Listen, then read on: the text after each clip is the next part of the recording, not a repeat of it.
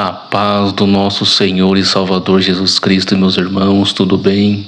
Sejam bem-vindos a mais um vídeo aqui no canal Os Feitos de Deus. O meu nome é Fernando e hoje eu trouxe mais um testemunho para abençoar a tua vida. Então já desliga a tua mente das coisas aqui da terra, já entra na comunhão e vem comigo. Há 36 anos atrás, eu nasci em um berço cristão, filho de pastor. Eu fui o quarto componente da família, do casal a nascer. Primeiro nasceu minha irmã Márcia, esposa do pastor Fernando. Depois nasceu a minha irmã Jaqueline. Depois nasceu a minha irmã Mércia. E aí meu pai, por muito perseverar, ansiava ter um filho homem, nasceu Joabe de Melo. Nós crescemos, irmãos, dentro da igreja. Eu fui um garoto que com cerca de 8, 9 anos de idade, quando meu pai ia pregar fora, eu acompanhava ele, e quando era para vigílias, eu ficava dentro do carro. Quando o sono batia, meu pai me colocava dentro do carro e passava a noite inteira na vigília. Eu fui uma criança que convivi e presenciei várias vezes meu pai chegar do plano piloto por volta das 6 horas da tarde e ir na chácara do irmão Valdomiro, pegar um cavalo emprestado para ir pregar o evangelho, fazer a obra missionária no Vale das Andorinhas, setor de chácaras do Pedregal. Por várias vezes vi meu pai sair debaixo de chuva em cima de um cavalo, com apenas um plástico por cima do terno e a Bíblia simples dentro do pacote ou do saco de arroz. E ele sair de casa por cerca de 7 horas da noite e retornar para casa de madrugada, a ponto de eu nem vê-lo chegar. Teve vezes dele chegar e apenas tomar um banho e retornar para o trabalho. Eu cresci acompanhando meu pai expulsar demônios. Eu nunca me esqueci que os vizinhos bateram na porta de casa e chamaram meu pai, porque já haviam feito de tudo para expulsar o demônio de um homem que estava incontrolável, possesso por demônios. E quando nós chegamos lá, até sal grosso tinha na casa inteira, rosa vermelha na porta. E quando nós chegamos lá, tinha um homem que se dizia guia dos espíritos. Ele olhava para o homem e dizia para a entidade deixar ele descansar, que depois ela tornaria, mas que naquele momento era para deixar ele descansar. E aquele demônio terrível falou na boca do homem que ele não sairia de jeito nenhum. O homem já tinha quebrado a televisão, já tinha derrubado geladeira, tinha quebrado, revirado a casa inteira, e ninguém tinha coragem de entrar dentro daquela casa. Eu lembro como se fosse hoje, eu acompanhando meu pai com um vidrinho de óleo bem pequenininho na mão. E quando meu pai chegou na porta da casa, aquele homem já foi se retirando da porta que dizia conversar com os espíritos, porque a luz, quando chega às trevas, não resiste. E quando meu pai se aproximou da porta, ele apenas estendeu a mão. E quando ele estendeu a mão, o homem já revirou os olhos, colocou as mãos para trás, e meu pai disse: de joelhos, cabeça baixada, em nome de Jesus, eu te ordeno agora, saia deste corpo. O homem se colocou de joelhos, com as mãos para trás, deu um grito, e aquele demônio, aquelas legiões, imediatamente se retiraram do corpo daquele homem. Ele começou a chorar, abraçou o meu pai, e logo em seguida meu pai fez o apelo a ele, e ele entregou a sua vida a Cristo Jesus.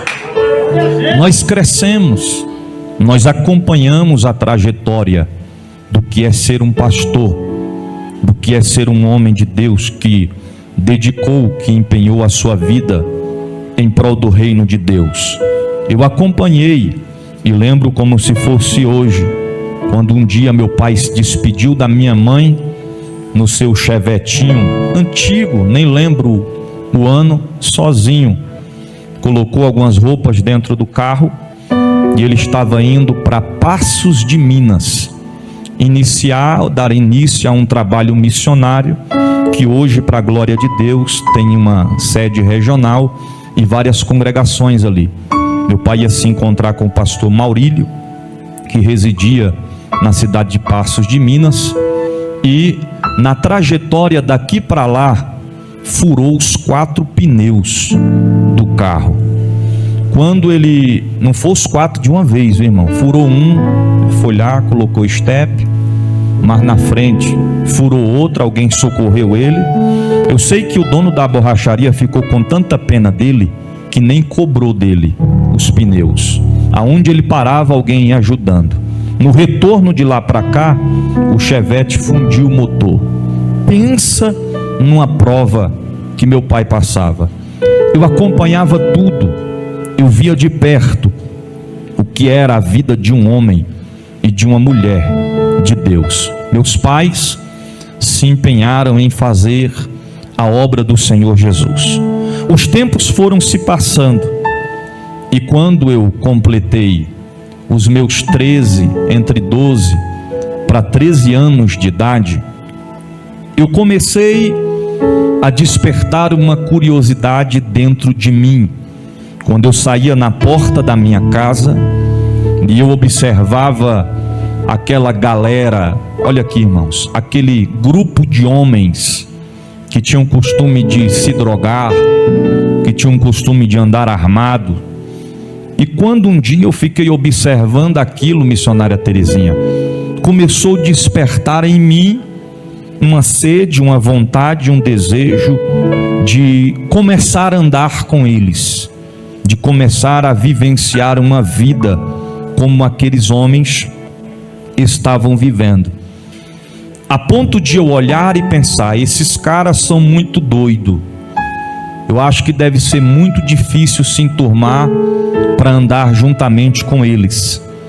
E certo dia eu comecei a se aproximar de alguns deles, comecei a se enturmar com eles, e logo não demorou, eles já foram me acolhendo como amigos.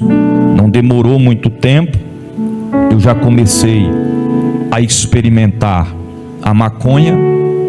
Tentei fumar cigarro, mas não funcionou, porque quando a gente é selado por Deus, quando a gente é entregue a Deus, a gente pode tentar fugir para onde for, que não vai dar certo, não vai ter êxito. E eu comecei a me envolver com aqueles camaradas.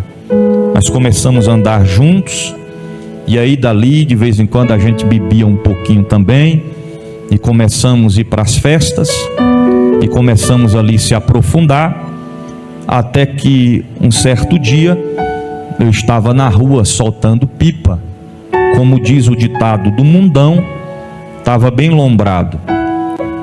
E aí passou uma menina, quem está me ouvindo diga amém. Aí passou uma menina, pequenininha, baixinha, aparentemente uns 10 anos de idade, 11 anos de idade.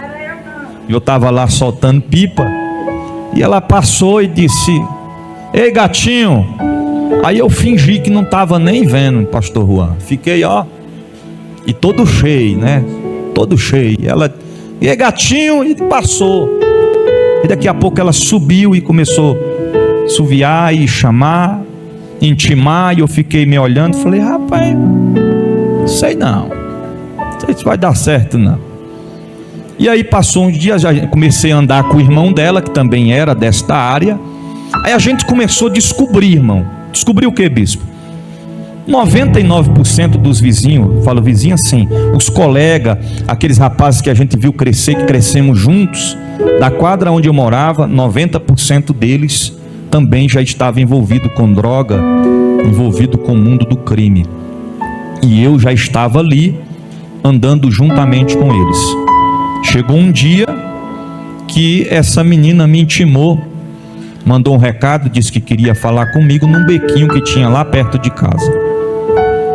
E aí pensei, não estou fazendo nada, vou ver o que dá, né?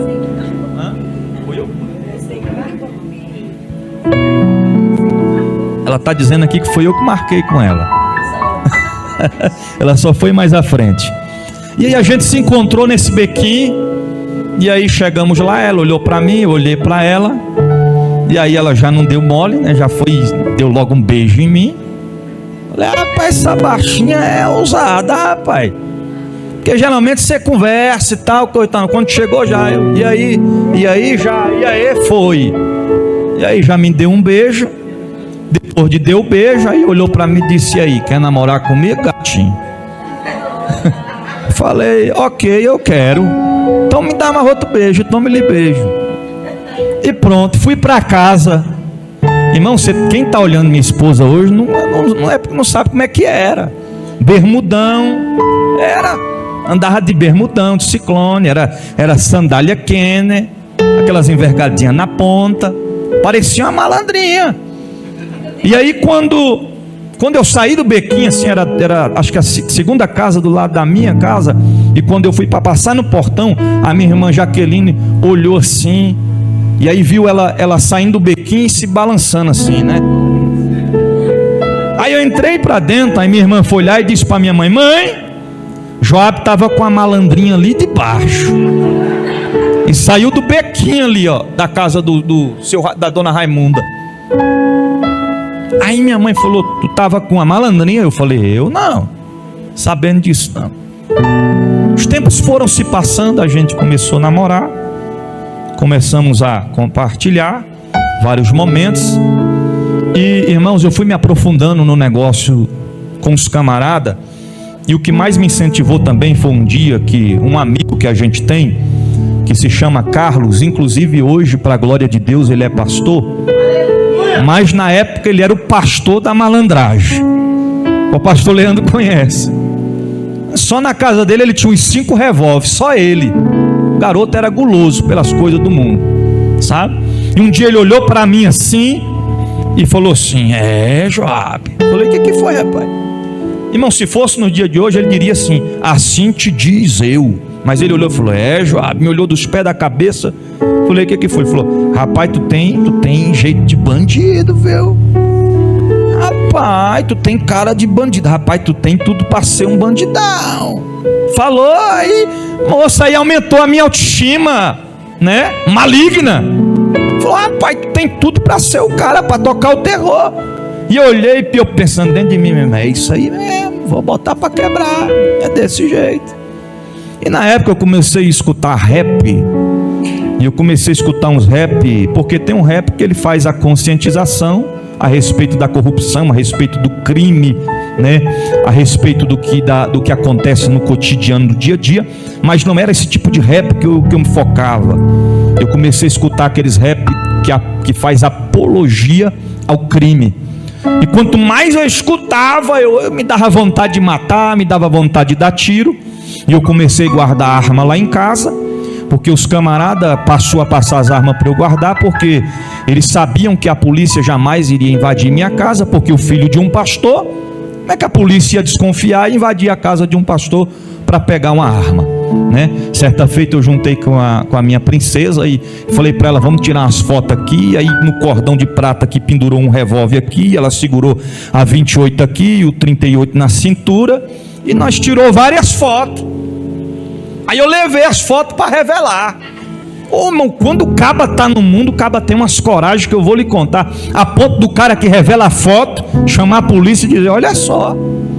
E aí a minha irmã Jaqueline achou essas fotos, e ela rasgou as fotos sem eu nem saber. Eu fui saber muito depois que tinham rasgado essas fotos, que tinha pegado essas fotos da gente com todas essas armas.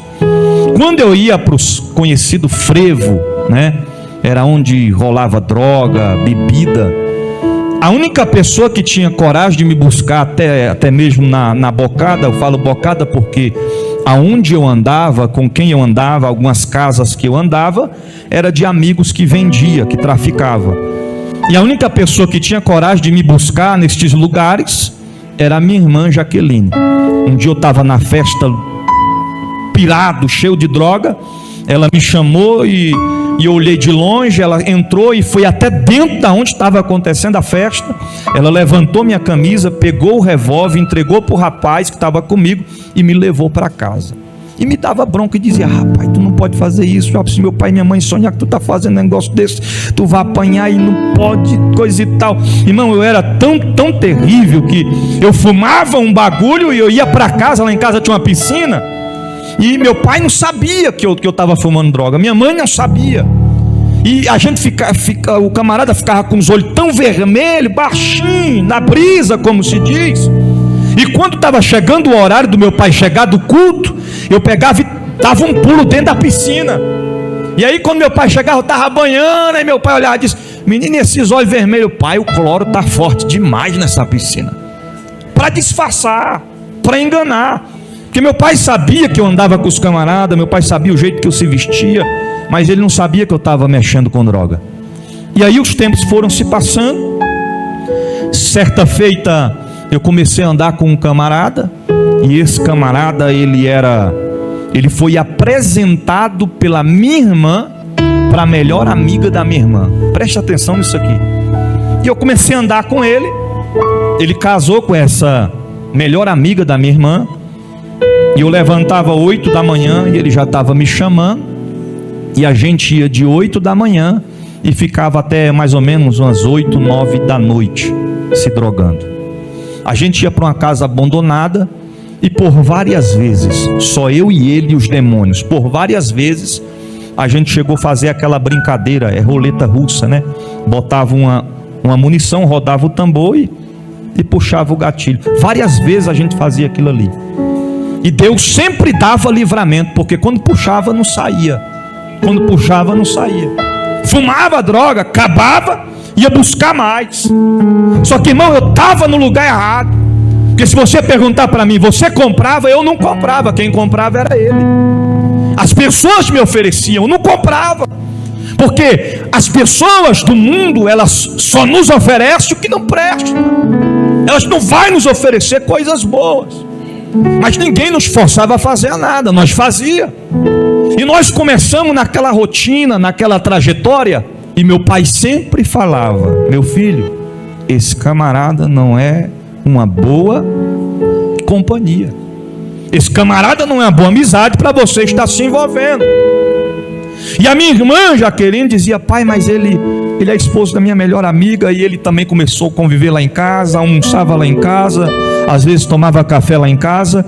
E eu me aprofundando nesse negócio. Aí chegou um dia que eu fui para a casa da minha princesa, e eu estava louco, e ela pegou e falou assim para mim: eu quero conversar com você. E a gente sentamos para conversar, e ela falou: eu quero te dizer que a partir de hoje você decide. Eu falei: o quê?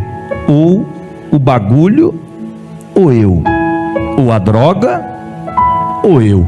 Aí eu não sou besta, né, irmão? Que o que tem de homem que troca a esposa por um bagulho, troca a família por um copo de cachaça, abre mão dos seus sonhos, dos seus projetos, para se aprofundar nas drogas, na bebida, na prostituição. Naquele momento, mesmo sendo um garoto sem experiência de vida, eu disse para ela: então eu escolho você. Eu decidi que a partir daquele momento eu não ia me drogar mais. Os tempos foram se passando, e a gente devido a essa trajetória do namoro, quando a minha princesa completou, foi 13 anos. Quando ela completou 13 anos, eu estava com 14 para 15, ela engravidou. E nessa gravidez, né, o Senhor nos deu um presente chamado Nicole de Mello. Bem gordinha, coisa mais linda. Primeira vez que eu vi no hospital, chupando a mãozinha, os dedinhos com fome, aquela cabecinha de paraibana achatadinha. Aleluia. Aí Deus começou a trabalhar. E quando foi um certo dia, eu conversei com meu pai a respeito da gente ficar junto, da gente morar junto. Por 2 vezes meu pai negou. Ele falou: debaixo do meu teto não quero ninguém em pecado. Vocês estão namorando, está fazendo o que é errado. Agora vai ter uma criança. Até que chegou um dia, Nicole já era uma bebezinha, já coisa mais linda. Eu conversei com meu pai e disse: vai buscar, tu vai trazer ela para cá, eu vou arrumar um quartinho aqui, vocês vão ficar nesse quartinho. Só que porém, semana que vem, colocar os papelzinhos para casar. Nessa época ela já estava, você estava com 15 anos, ela estava com 15 anos, eu com 16, a mãe dela teve que assinar. Meu pai falou: debaixo do meu teto não vai ficar ninguém em pecado. Você vai colocar os papéis, vai casar para passar para legalidade e pode preparar para trabalhar comigo de orelha na obra, para você manter a sua filha, porque eu não sou homem para manter o filho de ninguém. A responsabilidade é sua. É aquele ditado que diz: quem pariu, como é que se diz? Mateus que balança.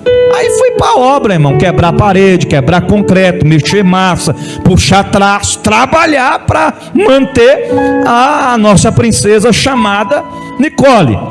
Quando chega no ano de 2003, eu não estava mais me drogando, mas porém as más companhias, nós ainda estava meio que envolvido ali com aqueles camaradas. Só que quando Deus nos faz promessa, o inimigo ele pode tentar de todas as formas, tentar ceifar, impedir das promessas se cumprir, que não vai ter êxito. Mas no ano de 2013, eu juntamente com ela fomos visitar uma igreja na parada 8 do Pedregal. Eu lembro que quando eu estava me arrumando, me preparando, naquele momento, eu vi a minha irmã Jaqueline. Era um dia de domingo, e aquele domingo se comemorava o Dia das Mães. E de repente o telefone tocou. E aí quando ela atendeu o telefone, um pouco nervosa, ela disse: tá bom, tá, eu vou, já chega aí. E minha mãe perguntou: quem era Jaqueline? Ela disse: é fulano de tal. Era o camarada que andava comigo e era esposo da melhor amiga dela. Quantos estão me ouvindo? Diga amém. Amém. Era domingo do dia das mães. No próximo sábado, no sábado vindouro, a minha irmã estava com o casamento marcado. Ela já tinha a casa toda mobiliada, tudo pronto, tudo arrumadinho, esperando chegar o dia do casamento. E este camarada que telefonou para ela, que era esposo da melhor amiga dela, havia se apaixonado pela minha irmã. E ninguém sabia, nem eu sabia. E naquele dia ele tinha ido em um bar se embriagar, e ele foi em 3 bocadas, porque eu fiquei sabendo depois. Comprou muita droga para se drogar, e ele disse na porta do bar: se a filha do pastor não for minha, ela não vai ser de mais ninguém. E ele disse: o casamento está chegando, mas não vai acontecer, porque se ela não for minha, ela não vai ser de mais ninguém. Aí ele montou um esquema, uma estratégia. Ele telefonou na minha casa e pediu minha irmã para ir com ele em uma casa de uma mulher que vendia cestas, essas cestas que fazem para o Dia das Mães. Ele disse: eu queria que você fosse comigo na casa de fulano de tal, para você me ajudar a escolher uma cesta bem linda para me dar de presente para minha esposa, e como você é mulher, tem mais conhecimento do que eu, você me acompanha. E ali ela disse: sim, eu vou. E ela falou para minha mãe, eu vi na hora ela dizendo: mãe, eu vou ter que ir lá, porque fulano me chamou para me ajudar ele a escolher uma cesta do Dia das Mães para a esposa dele. Enquanto eu estava me arrumando para sair para visitar a igreja, aonde eu disse aos irmãos, na parada 8, eu vi quando o portão se abriu, e eu vi a minha irmã saindo em direção ao portão. Ali foi a última vez que eu vi a minha irmã com vida. Quando o portão se fechou, eu entrei para dentro, terminei de se arrumar, a gente subimos a pé para a parada 8, participamos daquele culto. eu ainda não estava firmado, só uma visita. Quando deu mais ou menos umas 21 horas, o culto acho que nem tinha terminado direito, não me lembro bem, mas terminou, né? A gente saímos da igreja, vem minha sogra correndo no meio da rua, desesperada. E quando ela se aproxima, ela disse: Joab, meu Deus do céu. Eu disse: o que foi? Aconteceu uma tragédia. Eu falei: o que foi? Mataram sua irmã. Irmãos, quando eu ouvi aquilo, minhas pernas ficou bamba, meu coração acelerou. Eu não queria acreditar, eu não estava acreditando ainda. A gente começou a apressar, aumentar os passos em direção à casa, e parece que quanto mais perto de casa se aproximava, mais o coração ficava apertado, mais acelerava os batimentos cardíacos, e eu fiquei preocupado. E quando eu fui se aproximando de casa, na parada 12 do Pedregal, lá tem uma descida, uma ladeira. Quando eu cheguei de cima, na parte de cima da ladeira, que eu olhei para baixo, para frente da minha casa, eu nunca vi tanto carro naquela rua. Aí eu pensei, alguma coisa realmente aconteceu. Quando eu entrei, que eu cheguei, alguns pastores já vieram, me abraçaram e me levaram para dentro. Pela primeira vez, eu nunca tinha visto, pela primeira vez, eu vi o meu pai chorando como uma criança. E ele me abraçou e disse: meu filho, aquele camarada que eu te disse para não andar com ele tirou a vida da sua irmã. A minha mãe em lágrimas, sendo amparada pelos irmãos da igreja, a família em pranto, em choro. Eu fiquei sem ação naquele momento. A maior preocupação da minha mãe era que eu fosse me vingar. E de notório que o portão não parava de pessoas me chamando, amigos que eram da época da malandragem, oferecendo armas, oferecendo ir atrás dele para matar, para se vingar. O bispo, como isso aconteceu? A minha irmã foi ao encontro dele por volta das 6h, 6h30 da tarde. Já estava escurecendo, a mais ou menos 2 ruas acima da casa onde a gente mora. Quando ela chega até aquele lugar e ela se encontra com ele em uma esquina, ele já pega, dá uma gravata nela, sai arrastando ela no meio da rua. Os sandálios ficam no chão, a bolsa fica para trás. E quando chega em uma ladeira, um terreno baldio, eles já começam a entrar em luta corporal. Ele pega ela, porque um homem com uma estrutura física não consegue, né, uma mulher vencê-lo. Ele lança o corpo dela na cerca. Ali já ficam marcas em seus braços do arame farpado. Ele pega, vai com ela para o terreno baldio, começa uma luta corporal, e ele começa a enforcá-la e bater com a sua cabeça em uma pedra no chão. E ela entrou em óbito por asfixia mecânica, ou seja, ele enforcou ela a ponto dela não conseguir respirar e os seus pulmões estourarem. Um homem passa e vê o acontecimento. Ele olha para o homem e diz: não se mete, porque em briga de marido e mulher o homem não se mete. O homem pensava que era briga de marido e mulher, mas não era. Ele disse isso para tentar se defender. Quando o homem viu que alguma coisa tinha acontecido de errado, correu em casa para pegar o facão, mas quando chegou lá, ele já tinha fugido. Ele não estava mais lá. Foi a noite mais longa da minha vida.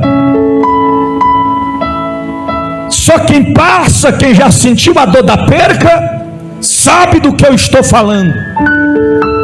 Eu lembrei naquele momento que há tempos atrás eu pensava comigo e dizia: poxa, a minha família tem uma proteção de Deus, porque eu nunca perdi alguém da minha família próximo de mim. Eu nunca perdi um irmão, eu não perdi um pai, eu não perdi uma mãe. Todos nós estamos com vida. E coisas que nós vemos acontecer somente pela televisão, acaba acontecendo com a gente. E a gente não pensa que isso pode acontecer, porque todos nós estamos sujeitos a passar por isso. Foi uma noite inteira acordado, a ponto de chorar e não ter mais lágrimas quando o dia amanhecer. É um caminho sem volta. É onde você diz: será que eu estou sonhando? Será que isso realmente está acontecendo comigo? E quando chega o momento de nós ir para o cemitério do Gama, para o sepultamento, a gente, ao chegar ali no cemitério, ficamos de frente à capela, acho que de número 2, e eu e a minha esposa do meu lado. Eu olhei para dentro da capela, tinha 2 coroas de flores em memória. De frente à capela, já bem próximo assim, dava para ver aonde estava a cova. Era bem próximo. E quando o carro da funerária chegou, da Bom Pastor, uma Santana, é Santana quanto, né, que se diz? Aquele carro foi se aproximando, o coração foi apertando cada vez mais. Os pastores se aproximaram, um pega numa alça, o outro pega na outra, e eles começaram a tirar o caixão de dentro daquele carro. É um dos momentos terríveis que eu não desejo para ninguém passar. Mas foi da hora que o caixão saiu de dentro do carro, que eu escutei uma voz suave, uma voz incomparável a qualquer voz que você já ouviu na terra e que você pode imaginar na lógica humana. E aquela voz falou assim no meu ouvido: meu filho. Eu olhei, pensei que era alguém que estava falando, mas a voz era incomparável. Eu disse: isso não é voz de uma pessoa normal. Será que eu estou ficando louco? E ele disse novamente: meu filho, olha para trás. E quando eu me virei, eu olhei e visualizei aquelas coroas de flor em memória. E ele disse: agora, meu filho, olha lá na frente. E ele me focou na onde estava a cova. E ele falou: está vendo aquela cova, meu filho? E eu balancei a cabeça confirmando. E ele disse: meu filho, olha o caixão. E o caixão foi passando na minha frente. E ele disse: está vendo o caixão? E eu disse: sim. Ele falou: meu filho, aquelas coroas de flor em memória, aquela cova que está lá na frente, esse caixão não era para ela, era para você. Porém tu não estavas preparado, tu não estavas pronto. Colhi a minha flor do meu jardim para poupar a tua alma. A partir de hoje tu nunca mais será o mesmo.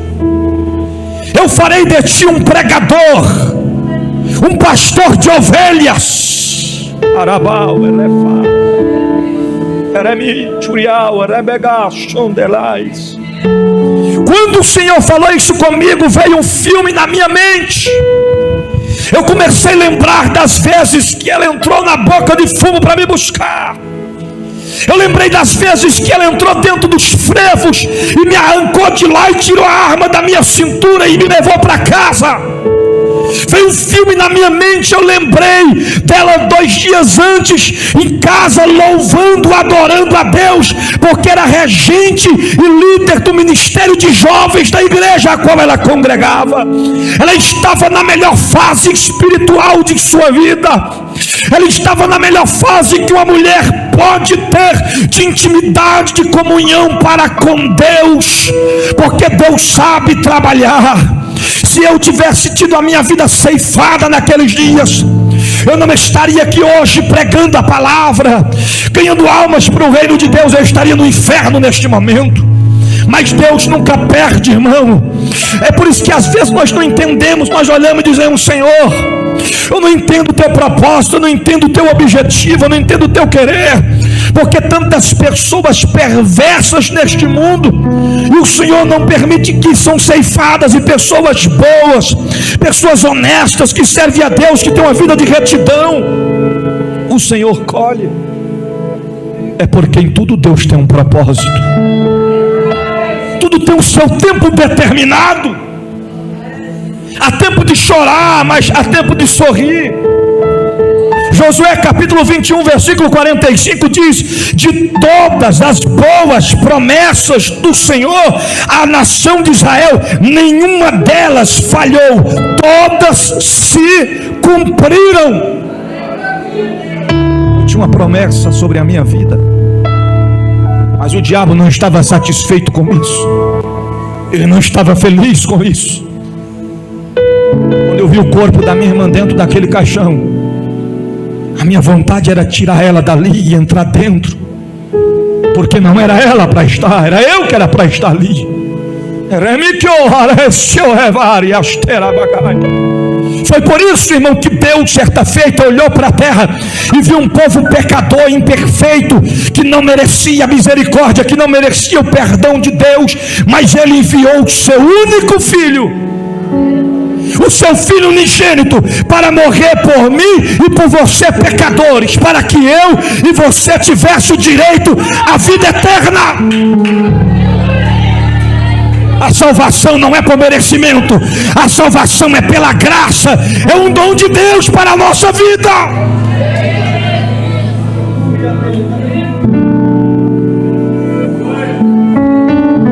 O momento mais difícil, acompanhar o sepultamento de alguém, ainda mais de um ente tão próximo,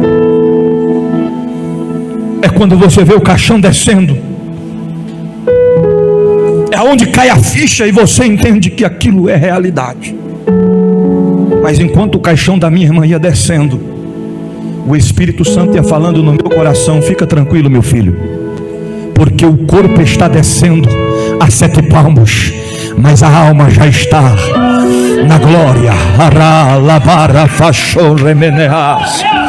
E quando eu vi aquilo, eu dizia: Deus, eu vou sair daqui e vou fazer algo diferente. Deus, eu vou atender o teu chamado, eu vou me empenhar, eu vou me entregar a ti de corpo, alma e espírito. E quando foi no primeiro domingo após o sepultamento da minha irmã, eu fui para a igreja, sentei lá atrás, e quando o pastor fez o apelo, eu fui o primeiro a levantar as minhas mãos e entregar a minha vida a Cristo Jesus. Eu e a minha família começamos a servi-lo, eu, minha esposa e Nicole, servindo a Deus, buscando a Deus, até que um dia eu já havia falado com Deus que a minha história seria mudada, porque eu era um rapaz que andava do lado de um pastor, meu pai, de boné à barreta, de Ciclone, de camisa do Racionais, e meu pai sempre olhava para mim e dizia: meu filho, quando é que tu vai largar essas calças cagadas? Ele falava calça cagada porque ficava aquele fundão atrás. Eu falava: rapaz, deixa minhas roupas, homem. E ao começar a congregar naquela igreja onde eu estava, eu não queria ficar parado, eu comecei a servir, eu comecei a trabalhar já desde o início, eu comecei a me empenhar, me dedicar, porque eu entendia que se antes eu trabalhava para o diabo, agora eu tinha que trabalhar para o Senhor. E quando foi um dia, já depois de um bom tempo, pastor Divino Rabelo chegou para o meu pai e disse: pastor José Renato, eu vejo que o Joab está desempenhando sim de uma forma maravilhosa, e eu quero indicá-lo a ser separado ao diaconato. Meu pai disse: pode separar, eu garanto. O garoto é um homem de Deus, está firmado em Cristo. E depois daqueles dias eu já comecei portaria, servir, e lá era assim, os obreiros de presbítero, a pastor sentava assim nessa parte de cá. Na lateral sentavam os auxiliares e os diáconos. E eu estava sentado lá, e um dia veio um pregador pregar. E quando ele pegou o microfone para pregar, eu levantei de lá e coloquei água no copo, e fui lá e coloquei o copo do lado dele e disse: meu pastor, a água está aqui. Naquele momento que eu coloquei a água, vem cá, pastor Leandro, rapidinho.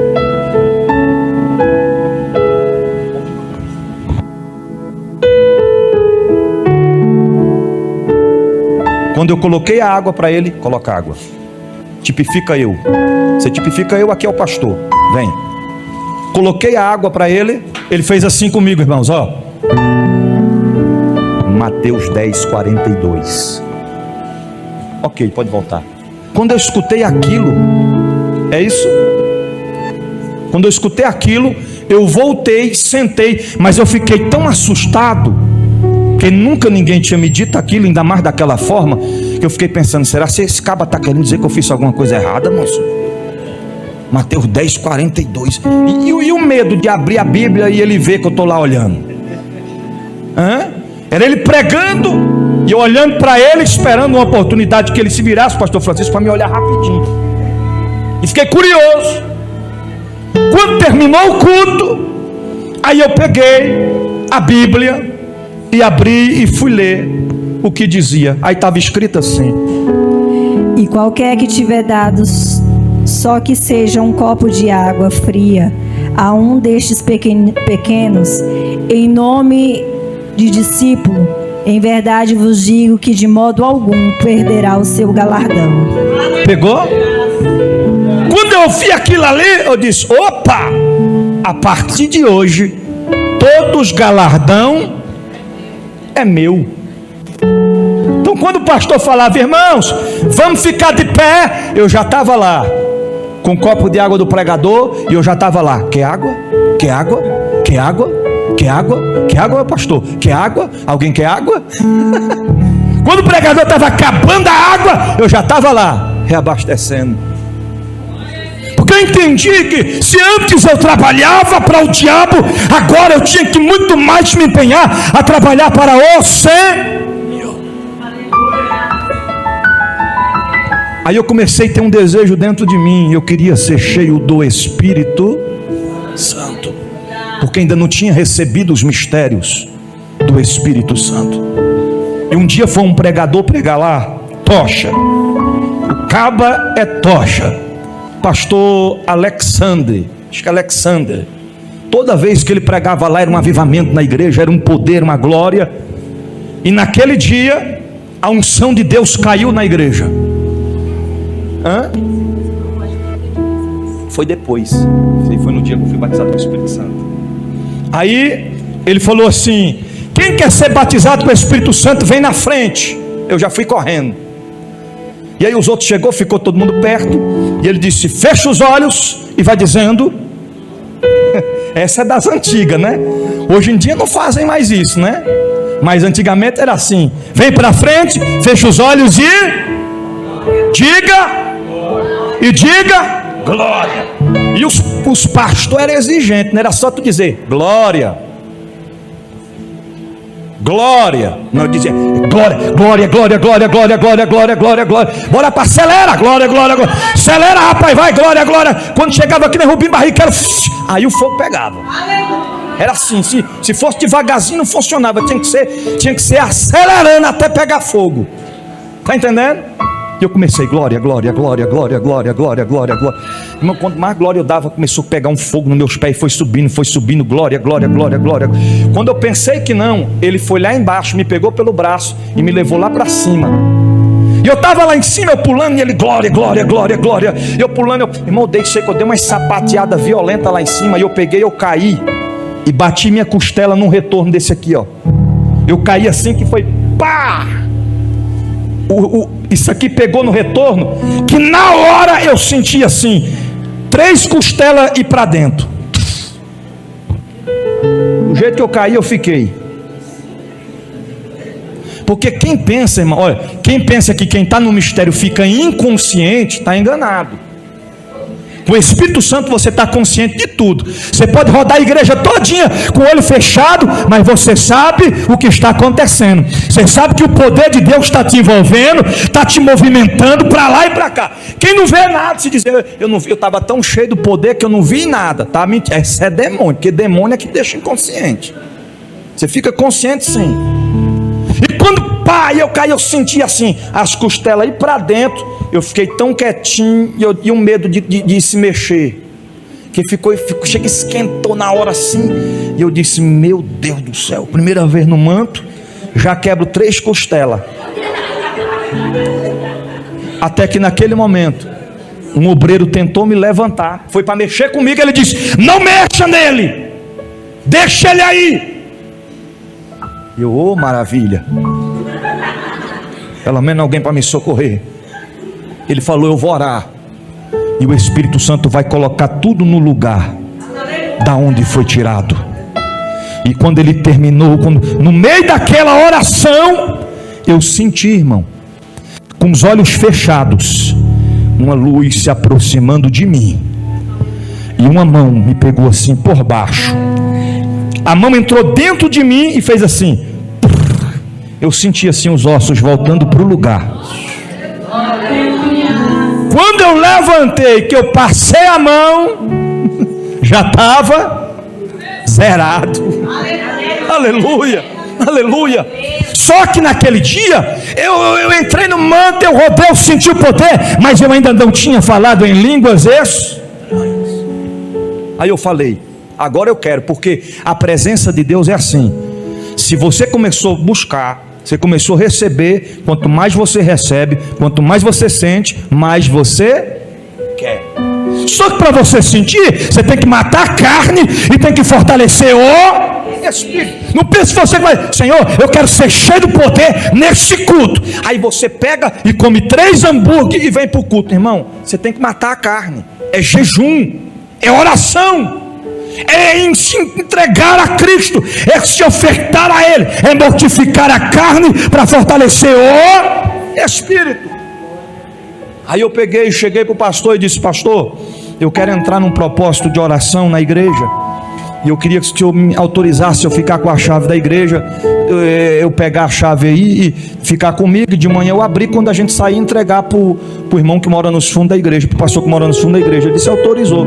Aí eu procurei alguém para somar comigo, e coisa boa é novo convertido. Aí somei com outro novo convertido, de nome Marcos, vizinho meu. Vamos entrar no propósito, Marcos? Ele disse, estamos juntos. Quantos dias? Eu pensei, 5 é pouco, 10 é pouco, 15 é pouco, 20 é pouco, 25 é pouco. Vamos de 30 dias? Para começar, ele disse, vamos de 30 dias. E como é que vai ser? Nós vamos orar de 5 da manhã até 7 horas. 7h30 tinha que estar no serviço, mexendo concreto, carregando tijolo, cimento nas costas.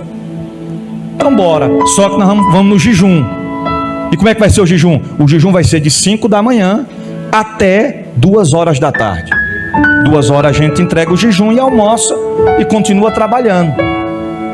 Aí Marcos ficou meio assim, mas rapaz, não vai dar conta de trabalhar no pesado e tal. Eu falei, rapaz, vamos ver o mistério, não tem que fortalecer o espírito, porque se mesmo que a carne esteja fraca, o espírito garante a responsabilidade, tá entendendo? O peso da carga do trabalho. E a gente começou 5 horas da manhã, só nós dois e o Espírito Santo lá na igreja. Irmão, olha aqui para mim, nos primeiros dias, quem está me ouvindo diga amém. Nos primeiros dias, a gente ajoelhava para orar, com 5 minutos de oração, você sentia aquele arrupio, mas não era o Espírito Santo não, viu? Eram os demônios em volta da gente. Um dia eu fui abrir o olho para olhar, quando eu olhei, eu vi aquele demônio terrível. Aí que eu fiquei crente, irmão, aí que eu comecei a orar, e aí eu comecei a repreender, aí que o cabo, quanto mais você fica mais crente ainda. Aí depois daquele dia eu falei, quer saber de uma coisa? Eu não oro mais com o olho fechado, ou com o olho aberto, só com o olho fechado, porque mesmo que eles vierem, não estou nem aí. E foi indo, 1, 2, 3, 4, 5, 10, 15, 20, 25, porque daquele dia que eu senti o poder, depois passou, eu não senti mais. E eu queria sentir a presença. E a minha oração não era outras. Espírito Santo me enche. Espírito Santo, eu quero ser cheio. Aí eu comecei a ler o livro do Benihim, a experiência que ele teve com o Espírito Santo. Eu falei, eu quero ter essa experiência para mim. Aí eu comecei a ler o livro da Rebecca Brown, em batalha espiritual. Eu falei, Senhor, eu quero guerrear desse mesmo jeito. Eu quero receber esses mistérios aqui, tudinho. Fomos buscando. Quando chegou no dia do fechamento do propósito, quem está me ouvindo, diga amém. Amém. A gente sentou assim de lado, sentadinho lá quietinho. O culto estava acontecendo e eu comecei a sentir um frio que não tinha frio porque estava calor. E eu comecei, rapaz, mas que frio. Rapaz, que frio. E eu perguntei para ele, tá com frio? Ele disse, misericórdia, moço, eu estou morrendo de calor. Eu perguntei, tá com frio? Ele disse, rapaz, que calor terrível. Eu disse, rapaz, tá errado, o negócio não tá certo. Eu botava a mão assim, tava pegando fogo. E eu lá me tremendo todinho, eu me segurando. E aquele negócio todo, até que chegou num ponto que os obreiros viram que parecia que eu estava passando mal. Me pegaram, levaram lá para fora, levaram lá para trás, para a parte de trás da igreja. Me sentaram lá. E eu fiquei lá, com aquele frio todo, e não passava e coisa e tal. Peguei e fui para casa. Não, então vai para casa, ele deve estar passando mal, tomar um remédio. Fui para casa. Beleza. Cheguei em casa, foi passando, passou. No outro culto, tô sentado lá, e começou o frio de novo, e foi apertando, e foi ficando descontrolado. Aí a minha irmã viu de longe, a Mércia ficou preocupada, falou, não, vamos levar ele no hospital, porque com certeza está passando mal, não é certo. Aí pegaram, me levaram lá para trás novamente, me sentaram lá no banquinho, fiquei sentadinho lá no banquinho, e o frio aumentando, e eu comecei a se tremer, e tremi os pés, e tremi as pernas, e tremi as mãos, eu me tremendo todinho. Aí eles olhou e os obreiros falaram, o negócio está feio, vamos levar ele para o hospital. Quando eles iam me levantar para levar para o hospital, o pastor que morava nos fundos da casa foi lá atrás e disse, o que está acontecendo? Está passando mal, está se tremendo todinho, não para de se tremer, vamos ter que levar ele no hospital. Ele disse, larga ele, não leve ele para o hospital, porque eu sei que mistério é esse, eu sei o que está acontecendo com ele. Ele disse, o que, rapaz, o que está acontecendo? Rapaz, isso aqui é todo dia, 5 horas da manhã, eu só escuto os gritos dentro da igreja, orando, em jejum e oração. Isso não é enfermidade, isso é o poder do Espírito Santo. Quando ele fechou a boca, eu dei um pulo e comecei a falar em mistério, em línguas estranhas, e adorar o Deus da Bíblia.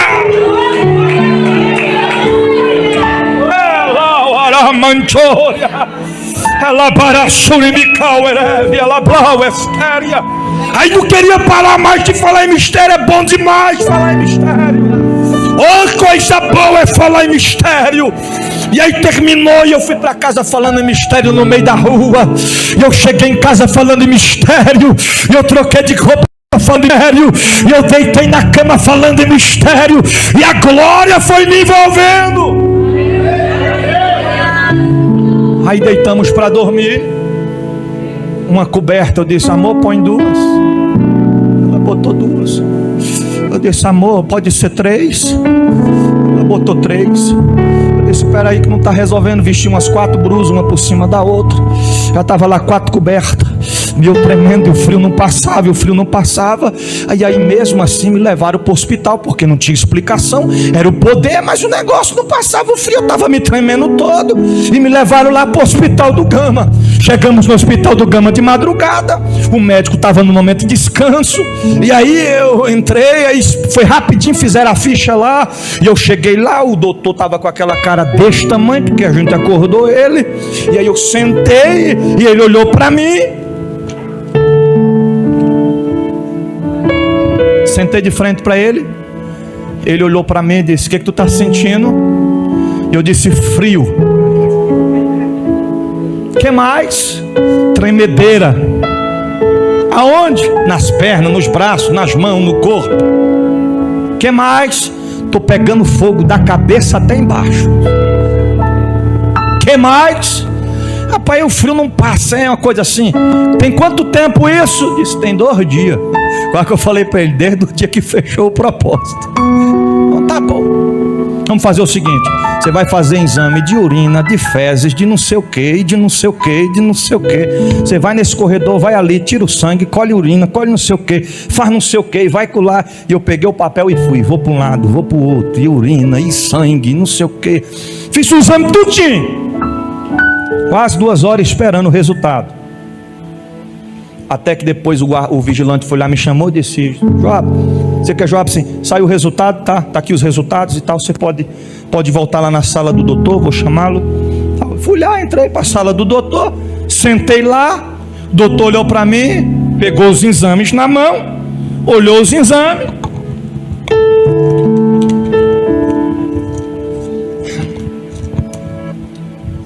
Rapaz, seu caso é sério. E eu estou pensando, misericórdia, deve estar com uma doença mortal.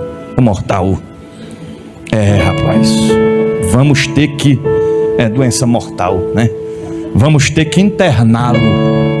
E eu pensei, misericórdia, logo agora que eu estou cheio do manto, estou doido para aproveitar os mistérios, para dar umas sapateadas, para falar línguas estranhas, para ir para o culto, para ir para o monte, para ir para a vigília.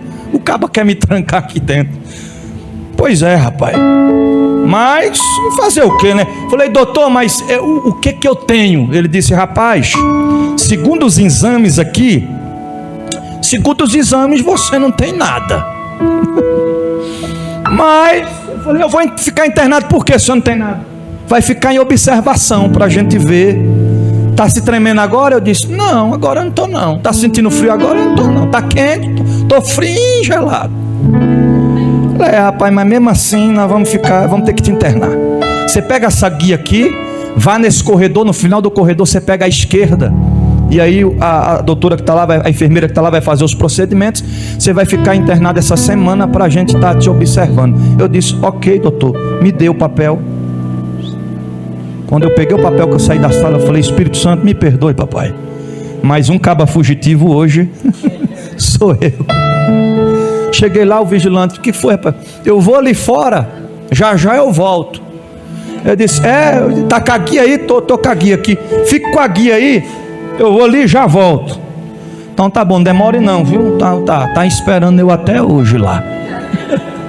Fui para casa, porque eu entendi que aquilo era a presença de Deus. Aí os tempos foram se passando. Quem está me ouvindo, diga amém. Para a gente finalizar. Aí eu comecei a pregar a palavra. Deus começou a me usar. E eu comecei a fazer a obra de Deus. Comecei a ganhar almas para Cristo. Aí eu acho que o diabo olhou e pensou consigo mesmo, eu fiz de tudo para matar esse camarada, não consegui matar ele. Eu fiz de tudo para parar ele, não consegui parar ele, mas agora eu pego ele. Aí a gente tinha de costume, eu já vou concluir, irmão, 15 minutinhos. A gente tinha de costume, eu e meu pai, ir para a fazenda do pastor Florisvaldo para pescar, lá no Vale das Andorinhas. E naquele dia, era um dia de domingo. Eu falei, rapaz, hoje domingo abençoado. Meu pai falou, vamos para a fazenda pescar? Eu disse, bora, vamos junto. Entramos no meu carro, a gente no caminho ligamos para o pastor. E ele disse, olha, eu estou na feira, trabalhando na feira, vou chegar em torno de umas 2 horas da tarde, mas minha esposa está lá, o caseiro está lá. Vocês chegam lá e avisa para ela preparar o almoço, que quando eu chegar eu levo o que está faltando. E aí vocês nesse momento descem para a lagoa para pescar. É o horário que eu vou chegar na hora do almoço, a gente se encontra e almoça junto. Ok, chegamos lá na fazenda, a irmã nos recebeu muito bem, tal, entregamos, levamos pão para ela e tal, e falamos o que o pastor falou. E aí a gente vamos para a lagoa e a gente volta 2 horas para almoçar junto. Ok, a gente foi para pescar. Pescamos, pegamos com a arnada. Quando deu mais ou menos 1 hora da tarde, a fome bateu. E aí meu pai falou, vamos subir para casa e esperar o pastor lá na casa dele. Eu disse, então bora. Entrei no cadetão, mas meu pai, a gente foi. Quando a gente está se aproximando da casa, aí meu pai desceu. Olhe para cá, quem está me ouvindo diga amém. Aí meu pai desceu do carro, aí viu um óculos escuro meu que estava assim no painel, e pegou o óculos escuro e colocou. Ficou todo punk com o óculos escuro. Quando ele desceu do carro, que abriu a porteira, que eu fui passando, aí já veio o camarada com a espingarda de frente a mim. Desce! Pano amarrado na cabeça. O outro já veio armado também. Eu ia olhando no retrovisor para tentar avisar meu pai de óculos escuros, distraído, todo. Falei, agora vai. O negócio apertou. Eu tentando avisar, e o cara, bora, desce do carro, meu pai fechando a porteira lá. Quando meu pai se virou, o cara, bora, perdeu, coroa, bora os dois, desce do carro. Aí eu desci do carro, a gente desceu, bora lá para dentro da casa. Quando a gente entrou para dentro da casa, a direção da porta da cozinha, eu já pude ver a esposa do pastor Florisvaldo sentada na cadeira, amarrada, chorando e orando. Aí eu pensei, rapaz, não vai prestar, estão mexendo com os servos de Deus. Meu pai falou, sou pastor, rapaz, cala a boca, não perguntei, bora pra dentro. Aí levaram a gente pro quarto. No outro quarto assim já estava o caseiro, um senhorzinho já de idade, todo amarrado no chão, já tinha levado uma coça, uma peia, e já estava lá vomitando sangue. E ele mandou a gente entrar para o quarto, disse, deita os dois no chão. Aí eu fui, missionária Terezinha, deitei assim, né? Eu sentei e deitei para cima. Ele falou, rapaz, tu não está entendendo que quem manda aqui somos nós e vocês obedecem? Bora, rapaz, deita, vira pro chão. Aí eu virei pro chão, meu pai do meu lado, nós dois lá deitados. Eles pegou os fios de energia e amarrou, colocou assim umas 3 dobras de fio e amarrou. Enquanto eles iam amarrando, eles davam cotovelhada, joelhada, cotovelhada, e foi batendo na gente, amarrando e batendo. Quando terminou de amarrar a gente, eles começaram a revirar a casa e estavam querendo arma, e procurando arma e procurando dinheiro. E um deles começou a bater mais ainda no caseiro, perguntando para o caseiro, bora, você vai morrer se você não falar onde está o dinheiro, você vai morrer. Mamãe, coitado, apanhou, que eu pensei que ele não ia escapar. Aí eles voltaram para o quarto e meu pai começou a pregar para eles. E quando meu pai de lá começava a falar, meu filho, Jesus lhe ama, viu? Não faça isso. E ele, cala a boca. Eu olhava para meu pai meio assustado assim, meio que falar assim, pai, fica caladinho. Aí meu pai, meu filho, o Senhor ama vocês, jovens. E irmão, foi aumentando a ira deles. Eles foram ficando mais furiosos ainda. Até que chegou um determinado momento que um deles foi lá na porta e olhou para nós e olhou para o outro e disse assim, essa semana nós já matou uns 3 de tiro, não foi? Aí o outro disse, foi. Vamos matar de faca hoje? Ele disse, então vamos. Aí ele foi lá na cozinha, pegou uma pedra e uma faca de açougueiro desse tamanho, e com nós lá, e ele ficou olhando e amolando a faca. E eu falando com Deus, eu falei, Senhor, a tua palavra diz que o Senhor disse a Abraão, abençoarei os que te abençoarem, mas amaldiçoarei os que te amaldiçoarem. Aquele que tocar no servo do Senhor está tocando em Deus. Então anota aí, Senhor. Já bateram na gente, agora está dizendo que vai matar a gente de faca, anota aí, Senhor. E eu lá quietinho, morrendo de medo, mas estava orando. E o cabo amolando a faca. Aí meu pai começou, Jesus, envia os teus anjos. Aí ele olhou e falou assim, o magrelinho, quem vai sangrar é eu. Aí ele veio de perto, amolando a faca, e disse assim, eu vou arrancar a cabeça dele fora, eu quero degolar, arrancar fora. Aí o outro disse, o gordinho pode deixar comigo. Quem é o gordinho? Meu pai. Deixa que eu vou degolar esse. Aí, irmãos, era domingo, e na terça-feira tinha costume de sair o jornalzinho do Silvio Linhares, que era o conhecido jornalzinho do sangue, quem lembra? Aí ele falou assim para nós, hoje é domingo, não tem polícia rurícola, não tem ronda aqui nas chácaras, você está amarrado, a gente vai arrancar a cabeça de vocês dois, e quando for terça-feira, vocês vão sair lá no jornalzinho do Silvio Linhares, sem a cabeça. Aí eu falei, Senhor, anota aí. Ele disse que não tem ronda rurícola hoje, mas o Senhor está presente. Anota aí, Senhor. Ele disse que nós vamos sair no jornalzinho sem a cabeça, mas aquilo que desejo para o próximo é o que vão colher. E se eles estão desejando isso para nós, quem vai colher isso são eles. Anota aí, Senhor. Aí meu pai começou: Senhor, envia os teus anjos. Senhor, envia os teus anjos. Senhor, envia os teus anjos. Senhor, envia os... Irmão, eu fui sentindo aquela presença gloriosa chegando, aquela gloriosa, poderosa se aproximando. Só que o camarada, ele veio assim, pisou na cabeça do meu pai, a ponto dele desmaiar, e começou a sangrar assim pela lateral no ouvido. E eu pensei: meu pai morreu, acabou. E quando eles se retiraram do quarto, quando meu pai voltou em si, eu deitado assim de frente para ele, eu pensei logo: vou logo me despedir. Eu disse: papai, o senhor está bem? Eu disse: te amo, viu, pai? Porque aí você tem que aproveitar, você não sabe se você vai ter outra oportunidade. Eu disse: pai, eu te amo, viu? Ele disse: eu também. Aí os bandidos pegaram e vieram e falaram assim: ó, nós vamos ali levar as coisas e nós vamos voltar. Se vocês tentar se mexer, a gente volta e mata vocês dois. Ok.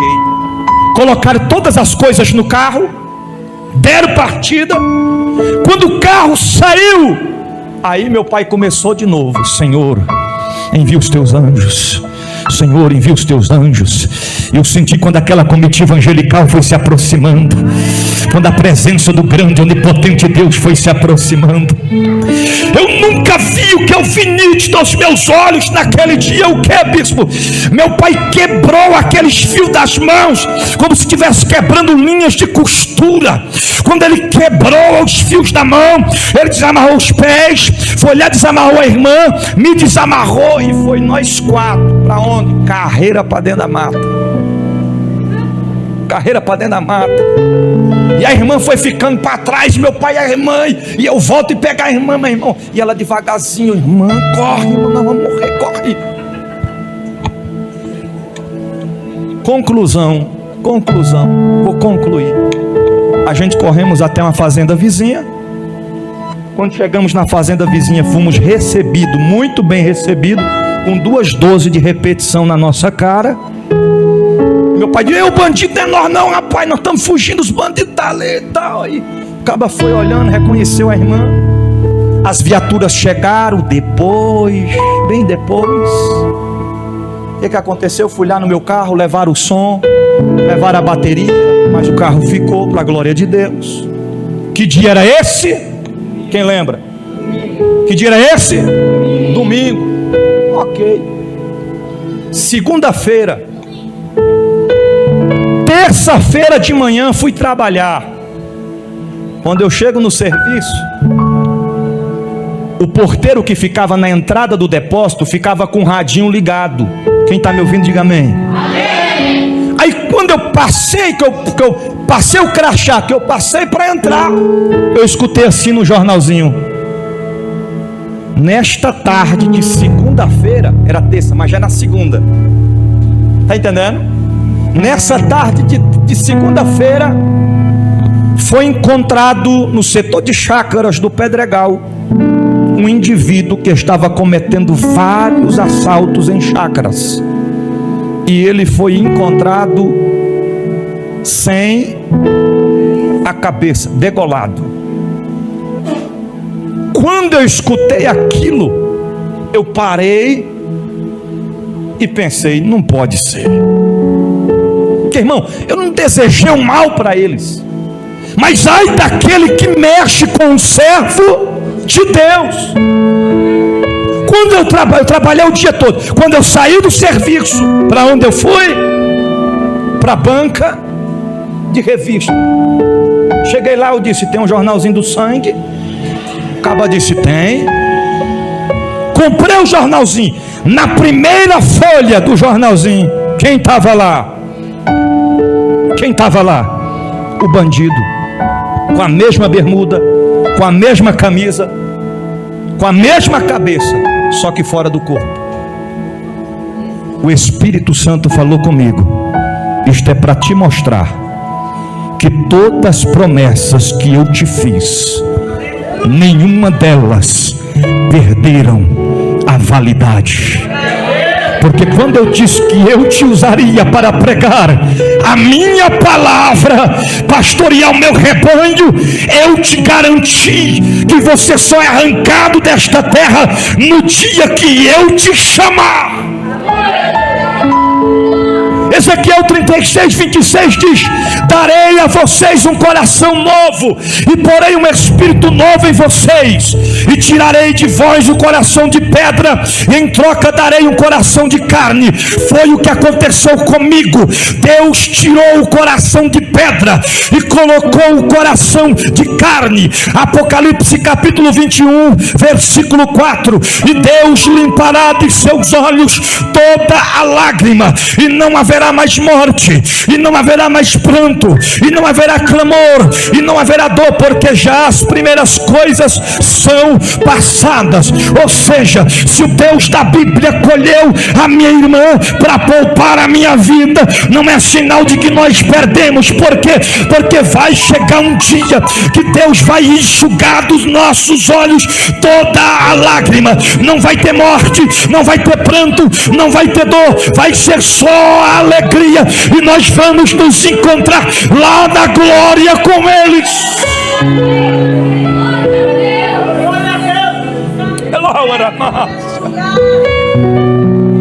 É lindo que nós vamos ver Abraão, nós vamos ver Jacó, nós vamos ver Isaías, nós vamos ver Noé perto, frente a frente, nós vamos ver Paulo, nós vamos ver João, nós vamos ver Estevão, nós vamos ver os grandes homens de Deus segundo a Bíblia. Mas mais profunda ainda, nós vamos ver o Senhor face a face.